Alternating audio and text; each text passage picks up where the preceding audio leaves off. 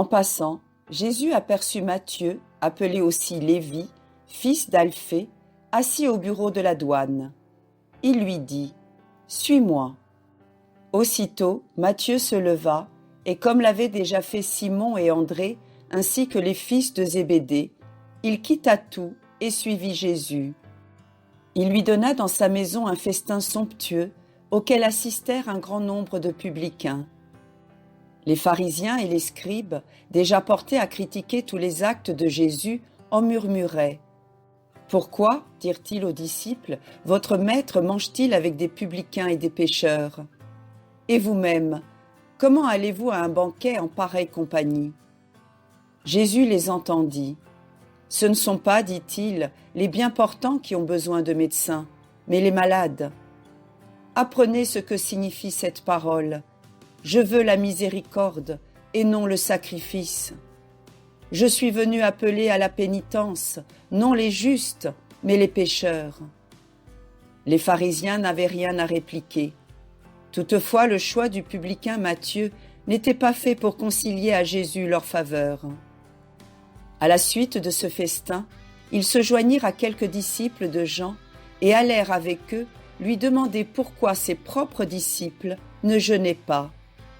Eux-mêmes, en effet, jeûnaient fréquemment, non par piété, mais par ostentation. Quant aux disciples de Jean, ils suivaient en cela l'exemple de leur maître.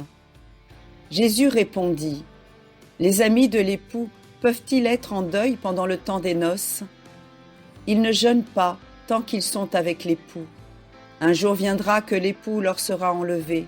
Alors, ils seront dans la tristesse et ils jeûneront. » Jésus parlait encore lorsqu'un chef de la synagogue le supplia à genoux de venir dans sa maison pour rappeler à la vie sa fille unique âgée de 12 ans et qui était sur le point de rendre le dernier soupir.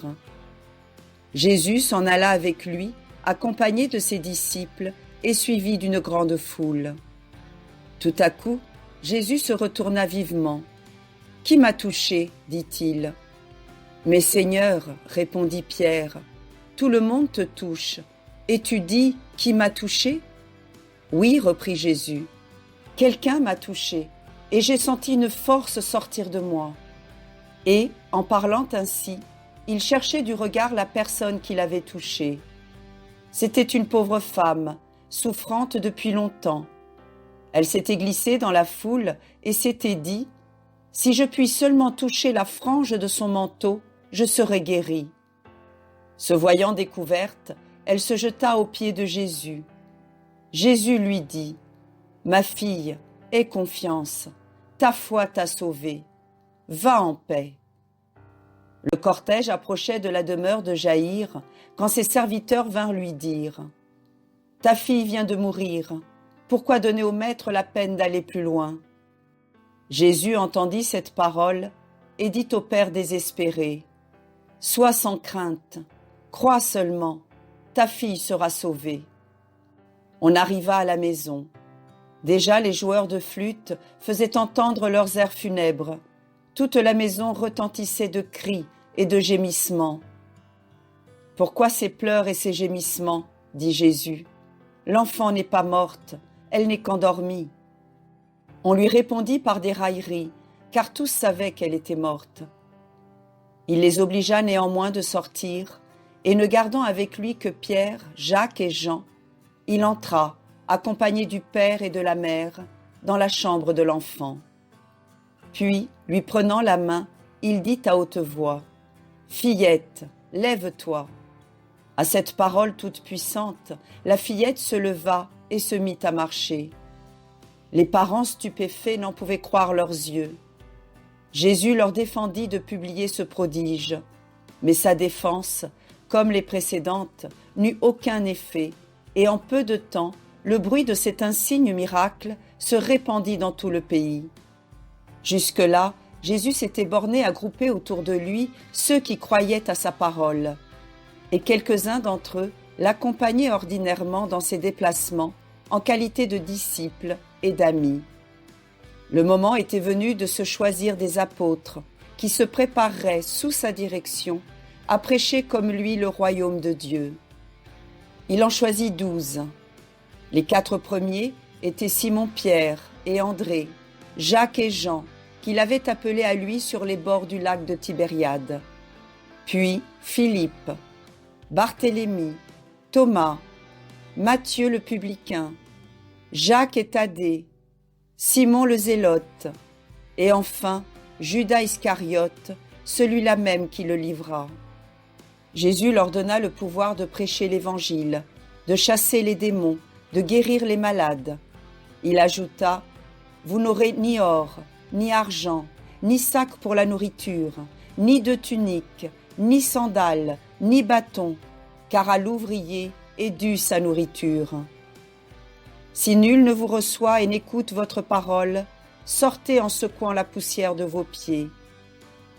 Je vous envoie comme des brebis au milieu des loups.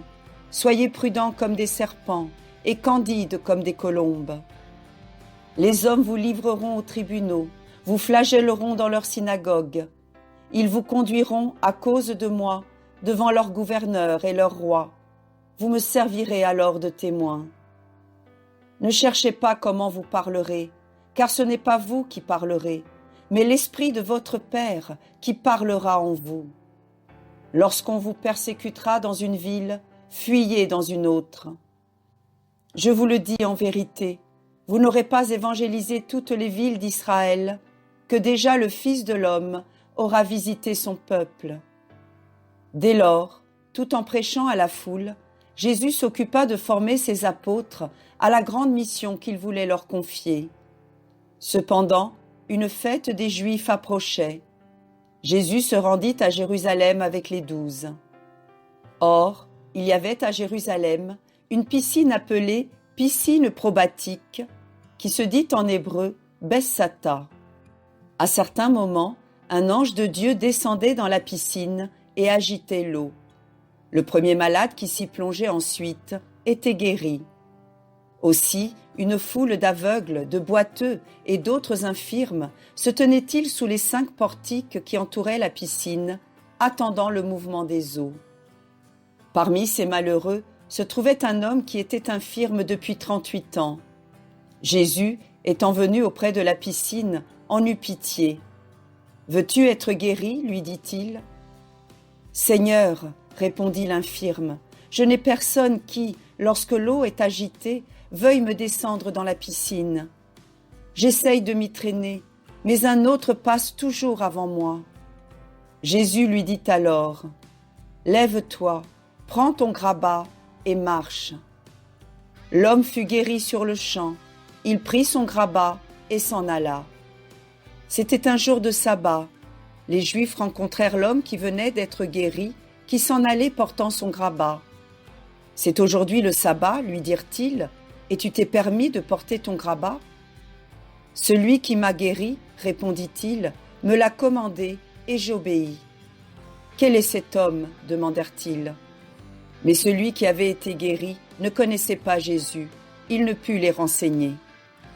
Un peu plus tard, Jésus le rencontra dans le temple et lui dit : « Tu as recouvré la santé, ne pêche plus, de peur qu'il ne t'arrive un plus grand mal. » Dans l'excès de sa joie, cet homme publia que c'était à Jésus qu'il devait sa guérison. Toujours aveuglés par leurs préjugés, les Juifs s'irritèrent. Jésus se contenta de leur dire : « Mon Père agit toujours, et moi j'agis comme lui. » Cette réponse augmenta leur fureur. Non seulement Jésus violait le sabbat, mais encore il appelait Dieu son Père, se faisant ainsi son égal. Mais loin d'atténuer la portée de sa parole, Jésus affirma ouvertement sa divinité. « En vérité, je vous le déclare, le Fils ne peut rien faire de lui-même. Il ne fait que ce qu'il voit faire au Père. Mais tout ce que le Père fait, le Fils le fait en même temps que lui. De même que le Père ressuscite les morts, le Fils donne la vie à qui il veut.